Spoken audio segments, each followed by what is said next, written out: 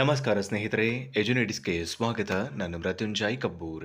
2024-25ನೇ ಸಾಲಿನ BEd ಪ್ರವೇಶಾತಿಗೆ ಸಂಬಂಧಪಟ್ಟಂತೆ ಈಗಾಗಲೇ ಎರಡನೆಯ ಮೆರಿಟ್ ಲಿಸ್ಟನ್ನು ಪ್ರಕಟಪಡಿಸಿ ಅಡ್ಮಿಷನ್ ತಗೊಳ್ಳೋದಕ್ಕೂ ಕೂಡ ಅವಕಾಶವನ್ನು ಕಲ್ಪಿಸಿಕೊಡಲಾಗಿದೆ. 27/12/2024ರವರೆಗೆ ಎರಡನೇ ಮೆರಿಟ್ ಲಿಸ್ಟ್ನಲ್ಲಿ ಕಾಲೇಜು ಆಯ್ಕೆಯಾದಂತಹ ಅಭ್ಯರ್ಥಿಗಳಿಗೆ ಕಾಲೇಜಿಗೆ ಹೋಗಿ ಪ್ರವೇಶಾತಿನ ತೆಗೆದುಕೊಳ್ಳೋದಕ್ಕೆ ಡಯಟ್ನ ಮೂಲಕ ಅವಕಾಶವನ್ನು ಕಲ್ಪಿಸಿಕೊಡಲಾಗಿತ್ತು.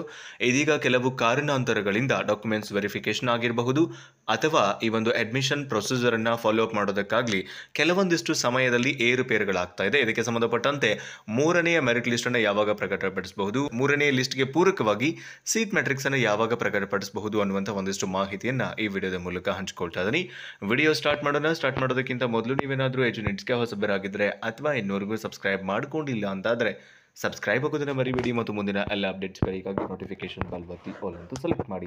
ಆದಮೇಲೆ ಇಲ್ಲೊಂದು ಫ್ಲಾಶ್ ಮೆಸೇಜ್ ಬರ್ತಾ ಇದೆ. ಏನು ಅಂದರೆ ಡಿಸೆಂಬರ್ 25 ಕ್ರಿಸ್ಮಸ್ ದಿನ ಗೌರ್ಮೆಂಟ್ ಹಾಲಿಡೇ ಇದ್ದಿದ್ದಕ್ಕೆ 26ನೇ ತಾರೀಕಿಗೆ ಅವರಿಗೆ ಡಾಕ್ಯುಮೆಂಟ್ಸ್ ವೆರಿಫಿಕೇಶನ್ ಮಾಡ್ಕೊಳ್ಳೋದಕ್ಕೆ ಅವಕಾಶ ಕೊಟ್ಟರು. ಅಗೇನ್ 27ನೇ ತಾರೀಕಿಗೆ ಭಾರತದ ಮಾಜಿ ಪ್ರಧಾನಮಂತ್ರಿಗಳು ಮರಣ ಹೊಂದಿದ್ರು ಅನ್ನುವಂಥ ಒಂದು ಕಾರಣದಿಂದಾಗಿ ಅವತ್ತು ಕೂಡ ಅದನ್ನು ತಾತ್ಕಾಲಿಕವಾಗಿ ರದ್ದುಪಡಿಸಲಾಗಿತ್ತು. ಹಾಗಾಗಿ ಮೂರನೆಯ ಮೆರಿಟ್ ಲಿಸ್ಟ್ಗೆ ಪೂರಕವಾಗಿ ಪ್ರಕಟಪಡಿಸಬೇಕಾಗಿದ್ದಂತಹ ಸೀಟ್ ಮೆಟ್ರಿಕ್ಸ್ ಅನ್ನು ಬಹುತೇಕ 30 ಅಥವಾ 31ನೇ ತಾರೀಕಿಗೆ ಪ್ರಕಟಪಡಿಸುವ ಸಾಧ್ಯತೆಗಳಿದೆ.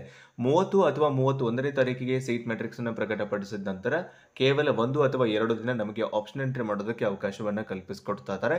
ಆ 1 ಅಥವಾ 2 ದಿನದಲ್ಲಿ ನಾವು ಮಾಡುವಂತಹ ಆಪ್ಷನ್ ಎಂಟ್ರಿಯ ಆಧಾರದ ಮೇಲೆ ಜನವರಿ 4 ಅಥವಾ 5ನೇ ತಾರೀಕಿಗೆ ಮೂರನೆಯ ಮೆರಿಟ್ ಲಿಸ್ಟ್ ಅನ್ನು ಕೂಡ ಪ್ರಕಟಪಡಿಸುವ ಸಾಧ್ಯತೆಗಳಿದೆ. ಈಗಾಗಲೇ ಎರಡನೆಯ ಮೆರಿಟ್ ಲಿಸ್ಟ್ ನ ಜೊತೆಗೆ ಎರಡನೇ ಅರ್ಹತಾ ಪಟ್ಟಿಯನ್ನು ಕೂಡ ಪ್ರಕಟಪಡಿಸಲಾಗಿತ್ತು. ಸೆಕೆಂಡ್ ಎಲಿಜಿಬಲ್ ಲಿಸ್ಟ್ ಅನ್ನು ಕೂಡ ಅಲ್ಲೂ ಕೂಡ ಕೆಲವು ಜನ ಈಗಾಗಲೇ ಡಾಕ್ಯುಮೆಂಟ್ಸ್ ಅನ್ನು ವೆರಿಫಿಕೇಶನ್ ಮಾಡಿಸಿಕೊಂಡು ನೆಕ್ಸ್ಟ್ ರೌಂಡ್ಗೆ ವೇಟ್ ಮಾಡ್ತಾ ಇದ್ದಾರೆ.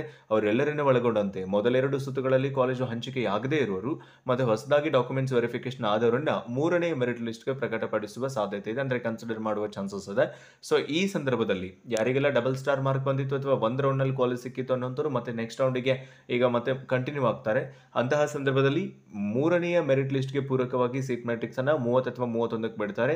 ನಂತರದಲ್ಲಿ 4 ಅಥವಾ 5ನೇ ತಾರೀಕಿಗೆ ಮೂರನೆಯ ಸೆಲೆಕ್ಷನ್ ಲಿಸ್ಟ್ ಅಥವಾ ಮೆರಿಟ್ ಲಿಸ್ಟ್ ಅನ್ನು ಕೂಡ ಪ್ರಕಟಪಡಿಸುವ ಎಲ್ಲ ಸಾಧ್ಯತೆಗಳಿದೆ. ಈ ಕುರಿತಾಗಿ ಅಫಿಷಿಯಲ್ ಆಗಿ ಮತ್ತೊಂದ್ಸಲ CSE ಕಡೆಯಿಂದ ಮಾಹಿತಿ ಬಂದ ನಂತರ ನಾನು ನಿಮ್ಮ ಜೊತೆಗೆ ಹಂಚಿಕೊಳ್ತೀನಿ ಅಂತ ಹೇಳ್ತಾ, ಸೊ ಈ ಕುರಿತು ಯಾವುದೇ ಅಪ್ಡೇಟ್ಸ್ಗಳು ಇಲ್ಲದೆ ಇರೋದ್ರಿಂದ ನೀವು ಆತಂಕಕ್ಕೊಳಗಾಗಿದ್ರೆ ಅನ್ನೋದು ನನಗೆ ಗೊತ್ತಾಯಿತು. ಹಾಗಾಗಿ ಅಪ್ಡೇಟ್ ಅನ್ನು ಕೊಡ್ತಾ ಇದ್ದೀನಿ. ಮಾಹಿತಿ ಉಪಯುಕ್ತಕಾರಿಯಾಗಿದೆ ಅಂತ ಭಾವಿಸ್ಕೊಂಡು ವಿಡಿಯೋನ ಎಂಡ್ ಅಪ್ ಮಾಡ್ತಿದ್ದೀನಿ. ಸಿಗೋಣ ಮುಂದಿನ ವಿಡಿಯೋದಲ್ಲಿ. Thank you so much. Have a good time.